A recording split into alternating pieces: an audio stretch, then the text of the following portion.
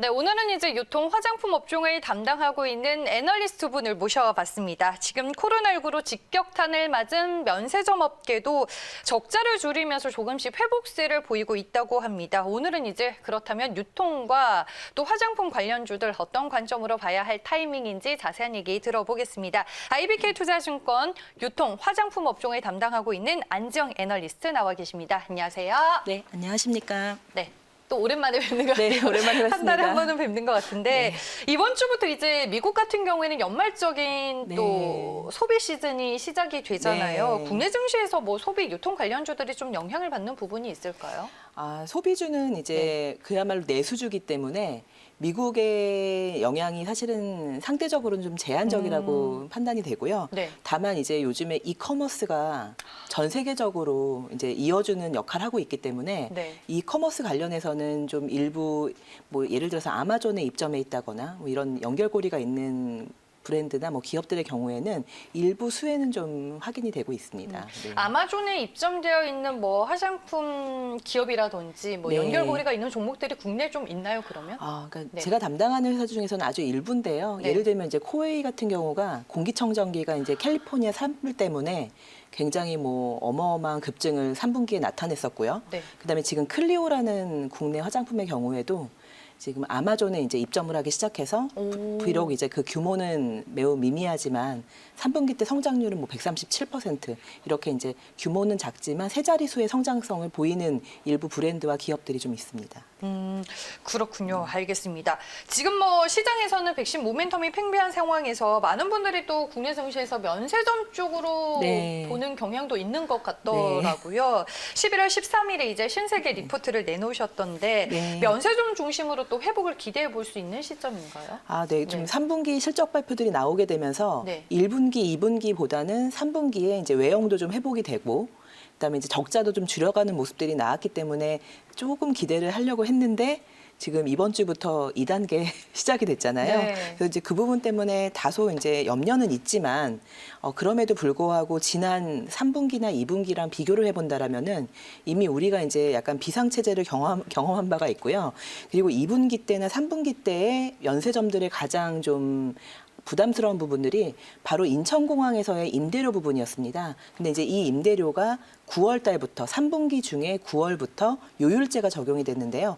요율제는 말 그대로 인천공항의 이제 트래픽에 기반해서 사실 매출과 연동되는 부분이기 때문에 사실상 영업이 이제 약간 잘 안 일어나고 네. 있기 때문에 이 부분을 반영한 임대료 감면 효과가 이제 뭐 신세계의 경우에는 월 평균 한 300억 정도 적용이 9월부터 진행이 됐기 때문에 4분기에는 이 부분이 이제 다 거의 대부분 감면을 받게 되면은 1, 2, 3분기에 영업 적자가 거의 뭐 300억대, 370억, 3분기에도 이제 200억이 넘는 수준이었는데요. 이렇게 되면 4분기는 임대료 감면 효과만 반영하더라도 뭐 1, 200억의 흑자 전환으로 가능하다. 그래서 이제 이런 부분이 약간 비용적인 측면에서 방어가 가능하고 탑라인은 여전히 이제 사실 공항 면세점이라든가 뭐 제주라든가 이런 부분들은 좀 어려운 환경이 계속되고 있기 때문에 뭐 이제 시내를 중심으로 일부 그다음에 최근에 또 이제 그 상공에서 비행기를 타면서 이제 무착륙 네. 패키지도 조금 나와서 국내 이제 소비자들이 일부 구매를 한다라면은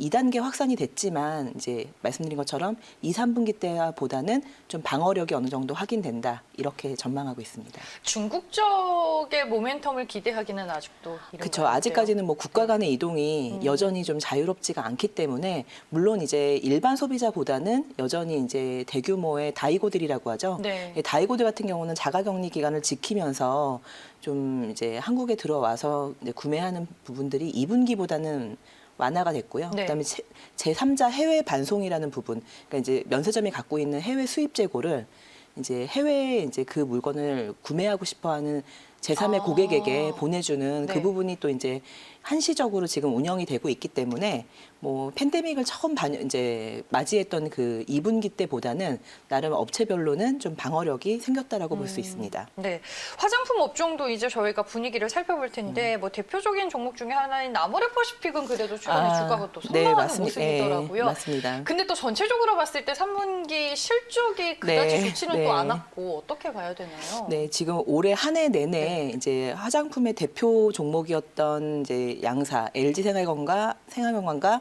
아모레퍼시픽 중에서 이제 아모레퍼시픽은 실적에 대한 부담을 계속 반영해 왔었는데요. 이번에 3분기 실적을 발표하고 난 다음에 약간 이제 기대감들이 생기는 거는 이제 약간 정말 저점이 아닌가 하는 부분이 있고요. 네. 또 그동안 이제 실적에 대해서 안 좋은 부분을 반영하다 보니까 사실 국내 기관과 해외 기관 모두 수급들이 비어 있는 종목이었습니다. 그런 부분들 때문에 이제 좀 이 섹터에 대한 반등이 왔을 때 이 빈 수급에 대해서 좀 수급적인 모멘텀이 있었는데요.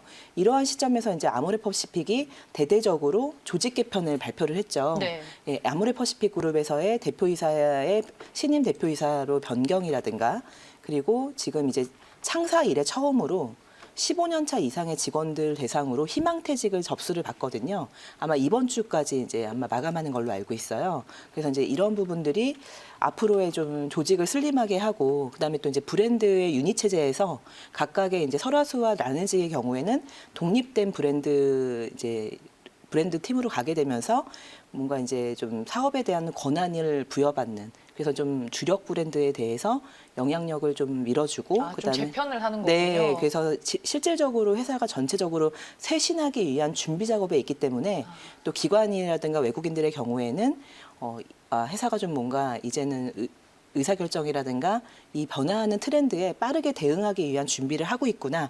이런 부분들 때문에 좀 진짜 향후에 좀 점진적으로 개선할 수 있지 않나 하는 기대감이 최근에 주가를 상승시키는 큰 요인이 된 것으로 판단됩니다. 네, 이제 리포트를 내놓으신 화장품 관련 종목들을 저희가 본격적으로 얘기를 네. 들어볼 텐데 살짝 이제 서두에 클리오 얘기를 해주셨어요. 네, 네. 리포트를 보니까 이제 클리오도 3분기 실적은 좀 안 부진했던 것 좋았습니다. 같은데 네. 아무래도 지금 오프라인이 코로나19에 또 영향을 맞아요. 받을 수밖에 네. 없고요. 그 외 채널들은 또 어떻게 지금 선전을 하고 있어요? 네, 클리오가 이제 중소형주 브랜드샵을 운영하고 있는 이제 화장품 회사 중에 네. 대표적이라고 할 수가 있는데요.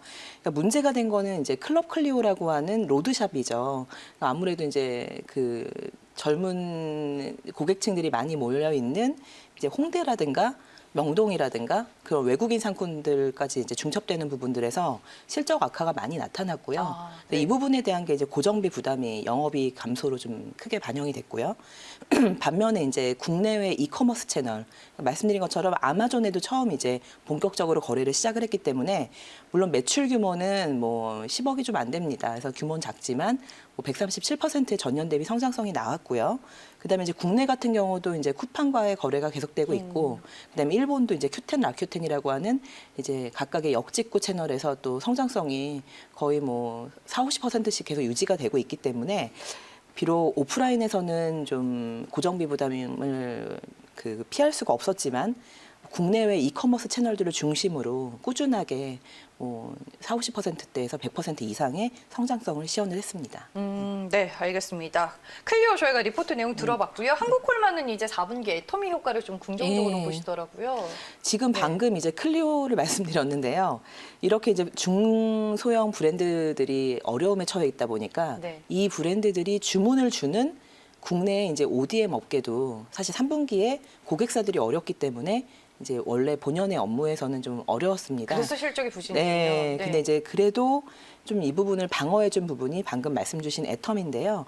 이게 애텀이라는 회사가 사실은 이제 건강기능식품으로도 굉장히 유명한 회사인데 이제 중국에 본격적으로 이제 그 판매를 시작을 했고 여기서 나오는 이제 화장품도 있고 건기식도 있는데 이 부분들이 이제 중국으로 수출이 되게 되면서 본격적으로 3분기부터 이 수혜가 반영이 됐습니다. 네, 알겠습니다. 오늘도 시간이 참 짧다라는 네, 생각이 네. 드는 것 같습니다. 오늘 유통과 화장품 업종에 대한 얘기는 IBK의 안정 애널리스트와 함께했습니다. 고맙습니다. 네, 감사합니다.